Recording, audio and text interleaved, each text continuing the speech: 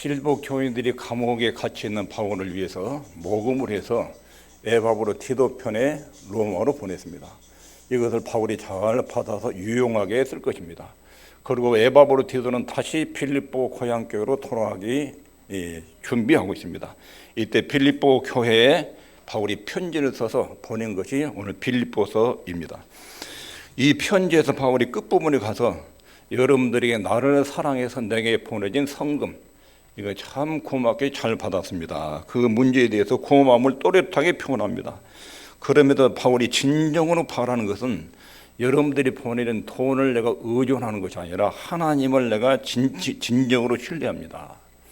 여러분들이 보내준 헌금, 이것은 나한테 도움이 되지만 그러나 그 도움이 없어도 나는 하나님의 충분한 공급으로 살고 있습니다. 이 뜻을 전달하고 싶습니다.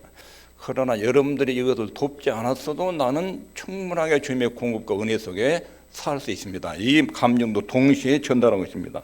왜냐하면 고린도전서 11장에서 그 시대의 고린도 교인들은 바울이 복음 전하는 것이 자기 밥벌이를 위해서 하는 것이다, 이렇게 오해를 했습니다. 바울이 고린도 지역에 와서 사람들을 모집을 해서 그 사람들이 자기를 따르면 그 사람들을 통해서 자기 생계를 꾸려갈 도모를 하고 있다, 이런 오해들이 고린도 지역에 퍼져 있었습니다. 혹시 빌립보 교회도 그런 오해의 소지가 없도록 해서 여러분들이 보내준 성금 고맙고 참 잘 받았습니다. 그러나 그것이 있든지 없든지 나는 하나님의 공급으로 충분합니다, 이걸 분명하게 전합니다. 감사를 표현하면서도 마음속에 한 가지 걸리는 것이 있는데, 그 돈이 있기 전에, 여러분들이 도움을 주기 전에 내가 굉장히 어렵고 힘든 것이 아니라 그 돈이 있든지 없든지 나는 하나님 공급으로 늘 필요가 채워졌습니다. 이것을 전달하고 싶은 것입니다. 오늘날 교회도 마찬가지입니다. 사도행전 3장 6절에 보면 베드로가 가로되 은과 금은 내게 없거니와, 내가 가지고 있는 돈은 없다. 그러나 내게 있는 것으로 네게 주노니 곧 나사렛 예수 그리스도 이름으로 걸으라. 교회는 주 예수님의 권세와 능력이 있어야 됩니다. 이것이 교회의 힘입니다. 근데 교회가 재정적으로 가난할 때 하나님의 능력을 의존하면 기적들이 많이 나타났습니다. 교회가 재정적으로 풍부할 때 하나님을 멀리할 위험이 있습니다. 교회가 사람 수가 많아지고 재정이 넉넉할 때 하나님을 멀리할 위험을 주의해야 됩니다. 오늘 본문의 요점은 바울이 빌립보 교인들에게 자기가 살아가는 방식을 또렷하게 알려주고 있습니다. 내가 이 땅을 살아가는 방식은 이것이다. 여러분들도 그것을 또렷하게 알아야 된다는 것입니다. 빌립보 교회가 선물을 보내준 것을 분명하게 감사를 표현합니다. 그런데 그 감사를 표현하면서 바울의 마음속에 뭔가 불편한 것이 있습니다. 내가 선물을 구함이 아니요, 이 표현들을 씁니다. 빌립보 교회가 바울을 생각해서 선물을 보낸 것은 잘한 일입니다. 하나님께서 그 선물이 도착할 때까지 바울은 불편했다거나 내가 돈이 없어서 힘들었다거나 여러분들의 도움이 꼭 필요했다든가 이런 이미지가 전달이 안 되도록 애를 쓰고 있습니다. 여러분이 나를 생각해서 보내준 선물은 정말 잘한 일이고 감사한 일이지만 나는 그것이 없어도 충분히 살 수 있는 사람입니다. 이것을 간접적으로 전하기를 굉장히 어렵게 지금 전하고 있습니다. 바울이 본문에서 크게 신경 쓰고 커다란 문제는 지상에서 사는데 필요한 모든 것, 이것은 확실하게 하나님에 의해서 공급된다는 것입니다.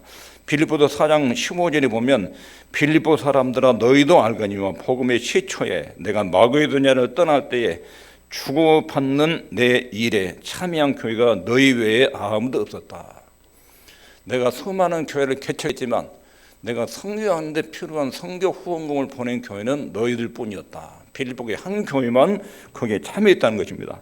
빌립보 교회만 주고받는 일에 참여해서 예수님을 사랑하고 복음을 사랑하고 하나님을 사랑하는 마음이 그런 행동으로 표현된 것에 대해서 바울이 굉장히 흡족해하고 있습니다. 빌립보 교인들이 바울에게 선물을 보낸 일, 그런데 이 선물을 받으면서 성도가 지상에서 사랑한다는 확실히 알아야 될 것, 이것은 하나님의 아버지가 우리의 쓸 것을 반드시 채우신다. 누가 주든지 안 주든지 하나님 아버지가 우리 쓸 것을 반드시 채우신다. 지상에서 사랑하는 성도들이 분명히 알아야 될 것, 이것을 지금 바울이 강조하고 있는 것입니다. 선물을 보낸 일에 대해서 빌립보 교인들이 바울에게 선물을 보낸 일에 대해서 바울이 여러 가지로 본문에서 표현합니다. 바울은 빌립보 교회를 굉장히 사랑했습니다.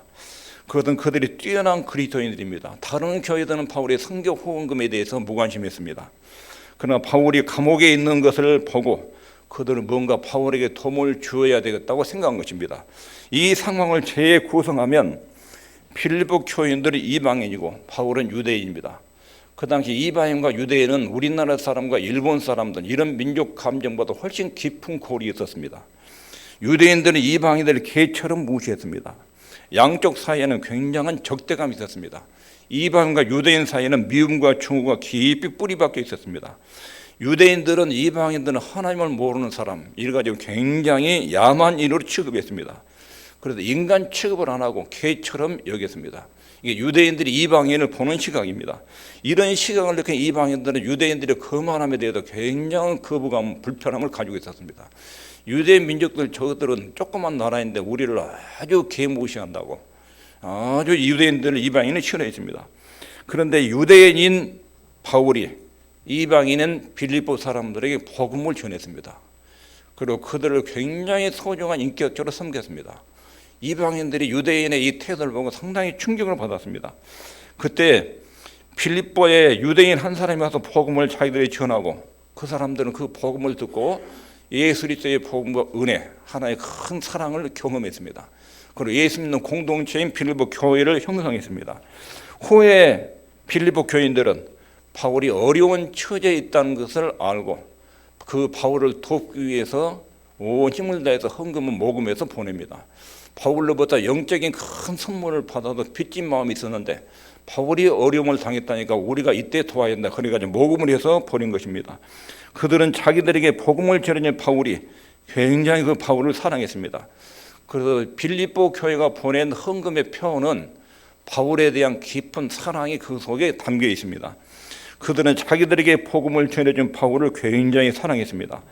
바울이 전한 복음은 온 세상을 다 합친 가치보다 소중한 선물을 자기들에게 전해주고 하나님을 알게 하고 그들의 영혼을 구원받게 하고 지옥과 마귀의 권세에서 죄의 세력에서 벗어나게 해준 엄청난 선물이었습니다. 이 선물을 전해준 바울이 지금 로마 감옥에 갇혀서 어려움을 당하고 있다. 그럼 우리가 가만히 있을 수 없다. 영적으로 큰 빚을 진 우리가 반드시 바울에게 보답을 하고 이번 교회에 갚아야 된다. 이런 생각에 반로해서 이들이 모금을 해서 바울에게 보낸 것입니다. 바울이 그 헌금을 받고 이 빌립보 성도들이 자기를 얼마나 사랑하는지, 헌금이 중요한 것이 아니라 돈의 유익을 준 것이 중요한 것이 아니라 그들이 바울을 사랑하는 마음이 그 속에 담겨 있는 걸 보고 굉장히 기뻐합니다. 흡족해합니다. 그들은 자기들에게 복음을 전하는 바울을 깊이 사랑한 그 모습이 바울에게 전달이 된 것입니다.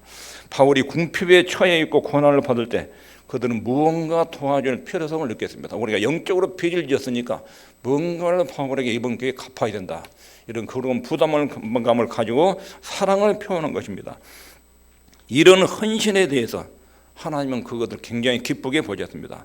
바울은 빌립보에게 복음을 전했고 빌립보 사람들은 바울에게 선물을 보냈습니다. 이런 것들 보면 예수님을 믿고 서로 사랑하는 사람들은 서로에게 헌신합니다. 이것을 하나님 굉장히 기쁘게 보십니다.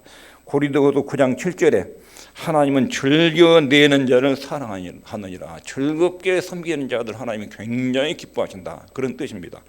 예수 믿고 서로 사랑하는 사람들은 사랑하는 대상들이 헌신하는 것을 굉장히 즐거움으로 합니다. 즐거움으로. 서로를 위해서 사랑하는 사람들의 희생을 헌신하는 것을 큰 기쁨으로 여기는 것. 이것이 하나님이 받으실 만한 아주 중요한 헌신입니다. 이 선물을 보낸 일은 바울을 사랑하는 표현이었기 때문에 이것을 하나님이 굉장히 기쁘게 보시고 바울도 빌립보 교회 헌금 속에 자기 신에 대한 깊은 애정이 담겨 있는 것을 보고 크게 기쁨으로 맞이합니다. 두 번째, 선물을 보낸 일, 굉장히 고마운 마음을 표현하는 방식. 선물을 받고 나서 바울의 고마운 마음을 표현하는 방식이 특이합니다. 여러분들이 나를 사랑해서 이 선물을 보내준 것이 너무 고맙습니다. 이런 식으로 표현하지 않습니다. 여기 표현하는 방식을 보면 이렇게 표현했습니다. 내가 선물을 구함이 아니오. 내가 여러분들에게 도와주라고 부탁하지 않는다. 여러분들에게 돈 좀 주십시오. 이렇게 부탁하지 않는다. 그런 마음이 죽어도 없다.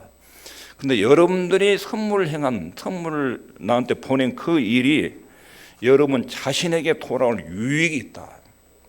나를 사랑해서 보낸 그 선물이 여러분 자신들에게 하나님이 얼마나 큰 복을 내리신지 이것을 여러분들이 알았으면 좋겠다. 고마운 마음을 이런 방식으로 표현합니다.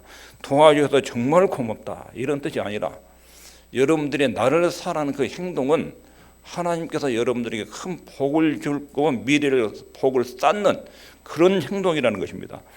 오직 너희에게 유익하도록 여러분들이 나를 생각해서 헌신한 그 일은 여러분들에게 큰 유익 그리고 과실이 번성하도록 내가 하나님께 기도를 합니다. 이렇게 지금 우회적으로 표현하고 있습니다. 이것이 다른 성경 구절이 보면 잠언 19장 17절 읽겠습니다. 시작. 가난한 자를 불쌍히 여기는 것은 여호와께 꼬이는 것이니 그 선행을 갚아주시리라. 가난한 사람들에게 내가 손을 펴서 도움을 주면 어떤 것이라고? 그것은 내가 가난한 사람을 도와주고 돌봐주면 하나님이 그걸 딱 위에서 보신다는 거예요. 아, 네가 나한테 꾸어줬다. 가난한 사람을 대하는 거다, 하나님을 대하는 것하고 동일하다는 거예요. 네가 나한테 빌려줬다. 하나님께 빌려주면 하나님 갚을 때 원금만 갚겠습니까? 큰 부자가 가난한 사람한테 신세를 졌으면 신세 진 것만 갚을까요? 아니요. 그것은 몇 배를 갚아요. 몇 배를. 이게 꾸어준 것이라고.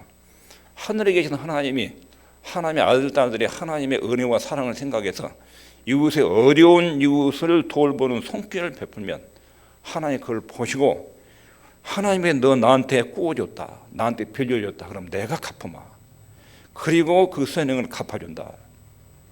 이런 것처럼 이번에 빌보 성도들이 바울을 도와준 것은 이런 차원의 큰 복을 쌓는 것이다. 이렇게 지금 설명하고 있습니다. 디모데전서 6장 19절에서 바울의 말이에요. 이것은 이것이 장래에 자기를 위하여 좋은 터를 쌓아 여러분들이 이 일로 인하여 미래에 큰 축복을 쌓고 있습니다. 그리고 예수님께서 친히 말씀하시기를 주라. 너희 손을 펴서 너희가 수고 땀 흘린 것을 얻은 것을 남에게 어려운 일에게 나눠줘 봐라.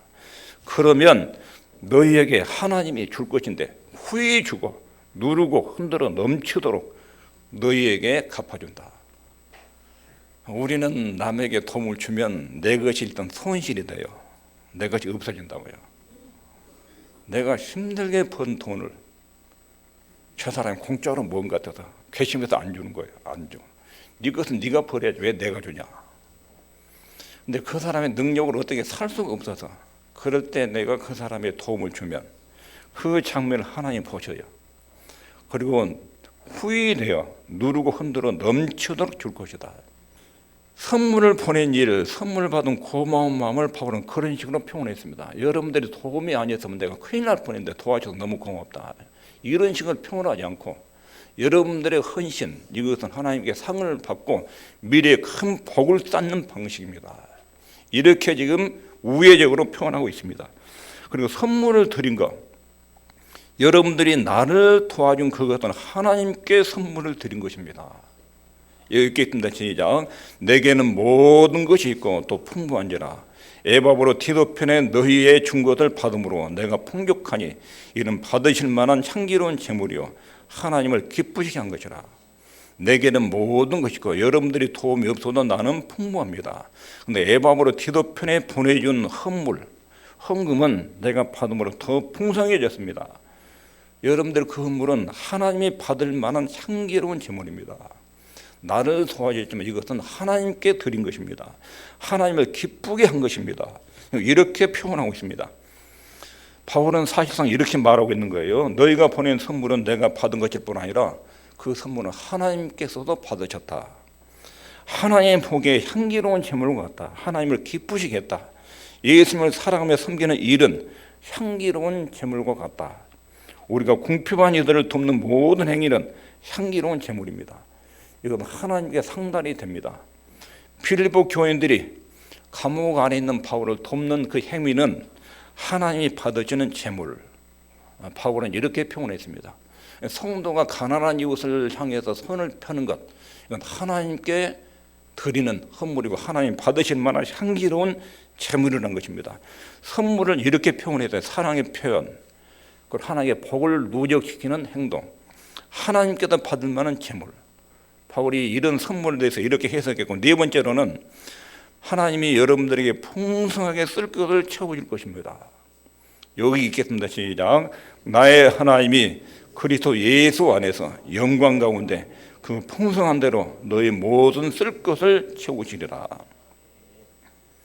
필부 교인들이여 나는 지금 감옥에 있습니다. 여러분들은 감옥 밖에 있습니다.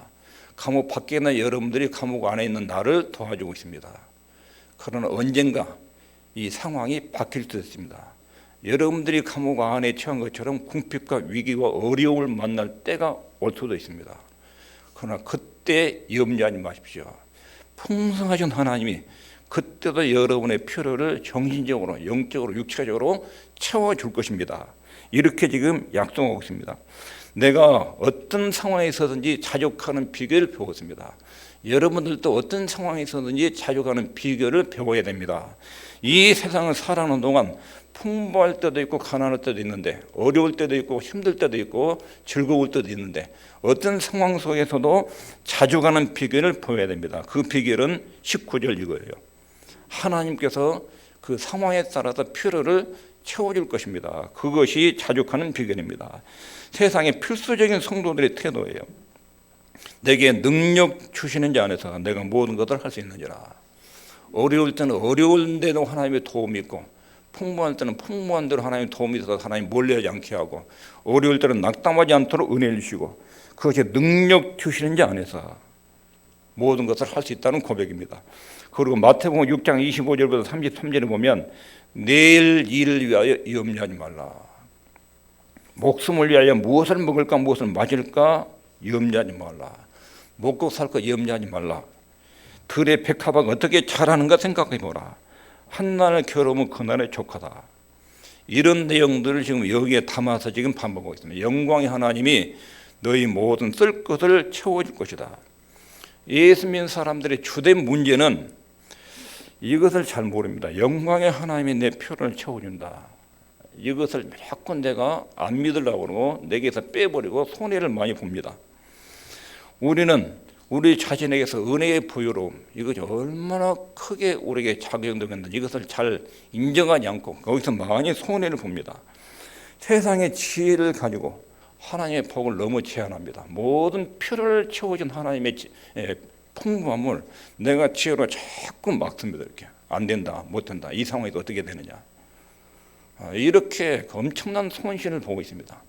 하나님의 큰 은혜의 통로가 하나님의 자녀들이 우리에게 연결되어 있어서 그분이 여기 약속한 대로 너희 모든 쓸 것을 채우실 것이다. 그냥 인정하면 되는데 내 지각으로 내 관점으로 자꾸 이걸 막아. 그래가지고 엄청난 손해를 많이 보고 있습니다. 구원의 즐거움, 성도에게 주어진 영광, 이걸 자기 스스로 자기 머리로 자꾸 제한해 이렇게 끊어내게. 그래가지고 예수를 믿는데도 정신적으로 피폐하고 여유가 없고 그런 생활을 사는 경우가 있습니다. 그러나 믿음으로 사는 성도들의 모습은 과거에 굉장한 풍요로움을 누렸습니다. 어려울 때도 풍부할 때도 하나님의 은혜 아래서 풍요로운 생활을 살았습니다.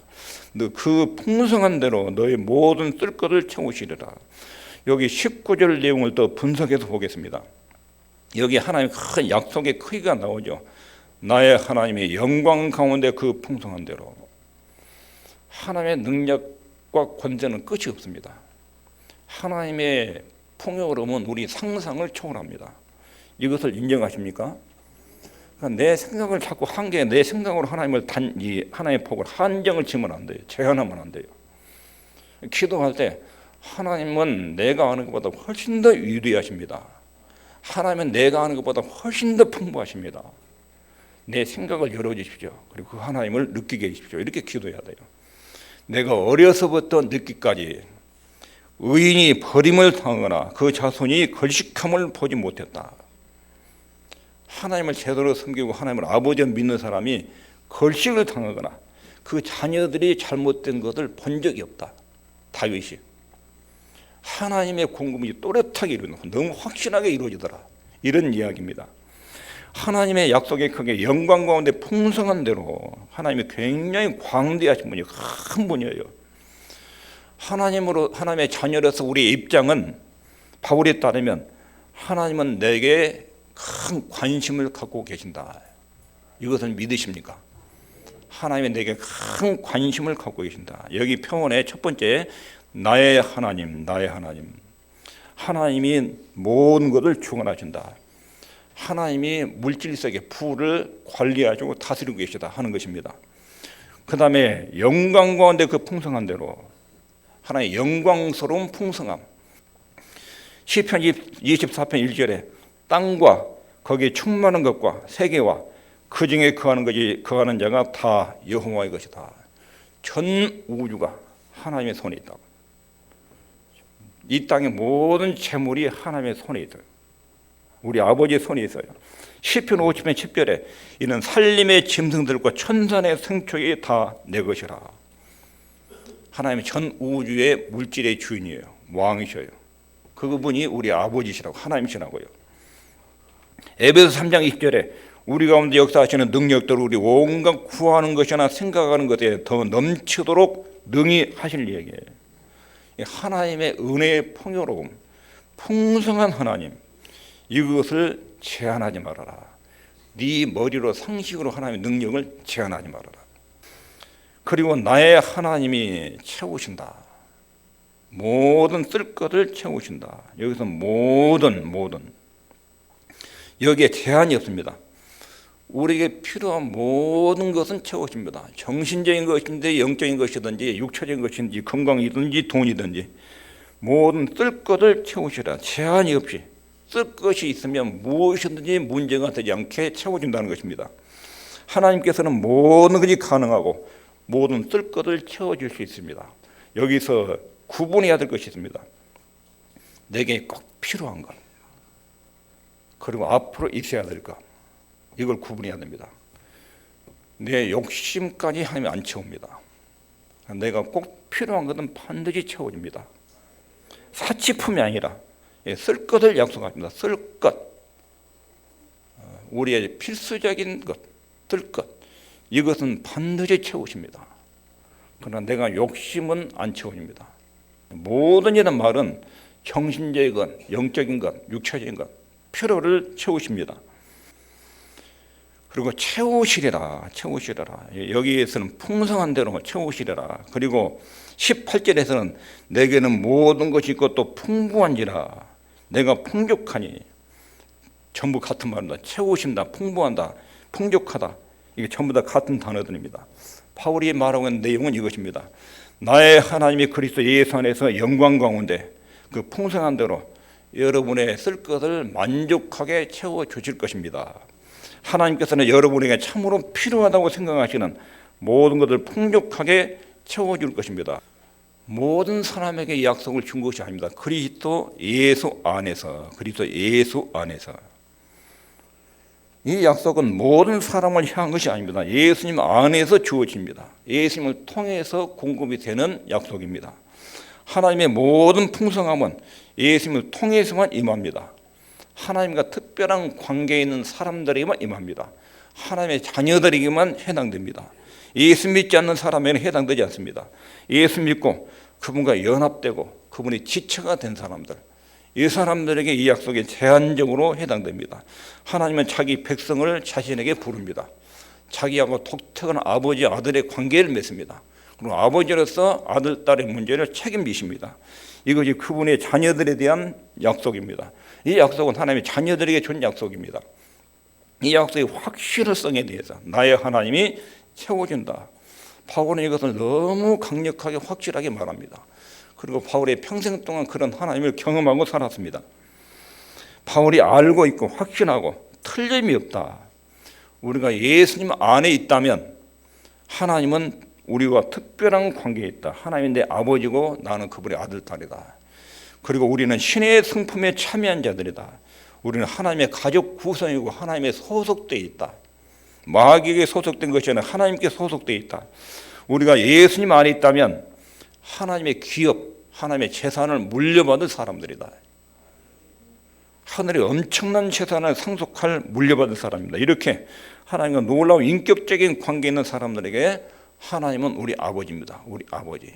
아버지로서 자녀들에게 어떤 태도를 취하냐면 마태복음 10장 30절에 너희에게는 머리털까지 다 세신 바 되었나니, 세심한 관심을 기울이고 있습니다. 마태복음 7장 11절 너희가 악한 자라도 좋은 것으로 자식에게 줄 줄 알거든 악한 부모도 자식에게 좋은 것 주지 않느냐.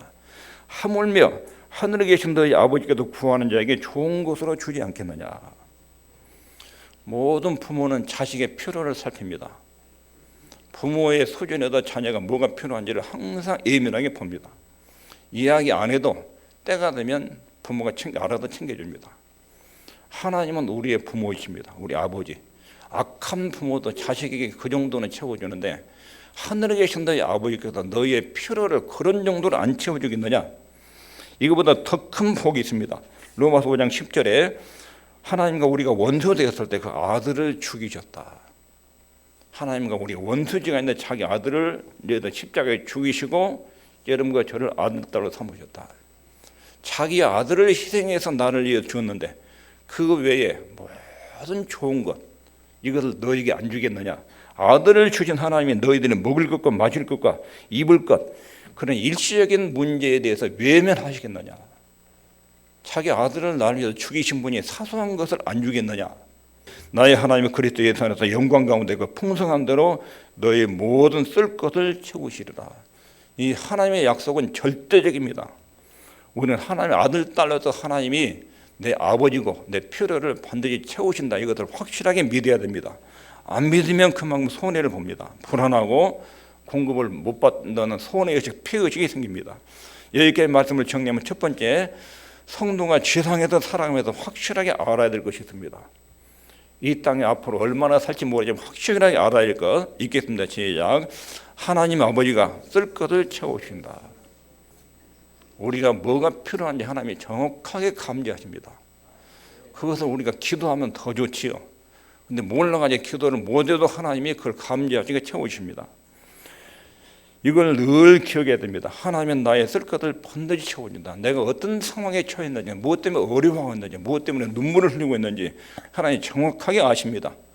필요한 것만큼 채워주십니다. 바울이 빌립보 교인들이 버린 선물에 대해서 바울은 빌립보 교인들에게 예수님의 복음을 알려줬습니다. 온 세상보다 큰 가치를 지닌 복음을 전해주었습니다. 빌립보 교인들은 큰 복음의 선물을 받았습니다. 물질적인 것으로 바울을 돕습니다. 주님을 사랑하는 사람은 서로를 이렇게 섬기는 것을 굉장히 기쁨으로 즐거움으로 여깁니다. 바울이 빌립보 교인들이 보내준 선물에 대해서 이것은 하나님과 바울을 사랑한 표현이다. 바울은 그들에게서 받은 돈, 그 이익 때문에 좋아한 것이 아니라 빌립보 교인들의 헌금 속에는 하나님을 사랑하는 마음과 바울이 복음을 전하는 이것을 사랑하는 마음이 그 속에 담겨 있었습니다. 부모가 자식에게 용돈을 주면 이 자식들은 돈만 쏙 빼가 버리고 부모의 마음을 못 받는 경우가 있어요. 부모의 마음을 못 받는 경우. 누군가가 선물을 주면 선물만 딱 받아 먹고 선물 속에 있는 주는 사람 마음을 읽어내지 못한 사람이에요. 이건 큰 바보예요. 너희 돈이 가는 곳에 너희 마음도 가느니라. 바울이 이들의 선물을 볼 때 여러분들이 복음과 하나님을 사랑하는 마음이 이렇게 표현돼서 여러분이 성장된 모습이 신앙의 성숙한 모습이 이렇게 표현돼서 나는 여러분들의 성숙한 신앙 모습이 너무 좋다.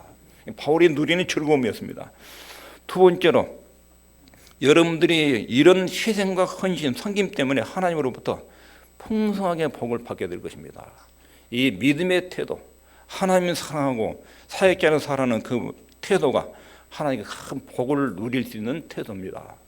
여러분들에게 내가 구한 것은 그런 하나님의 축복이 여러분들이 임하기를 내가 구하고 있습니다. 이런 기도를 하고 있습니다. 그리고 여러분들의 그 선물은 하나님께 드린 선물입니다. 받은 것은 내가 받았지만 하나님도 그들 같이 받으셨습니다. 풍성하신 하나님이 여러분들의 뜰 것을 풍족하게 채우실 것입니다. 여러분 이 땅에 사는 동안 하나님의 여러분 모든 쓸 것을 풍요로우신 우리 아버지께서 나의 하나님 반드시 채울 것을 내가 확신합니다. 이것이 오늘 본문을 통해 우리에게 전하신 하나님 말씀드립니다. 기도하겠습니다.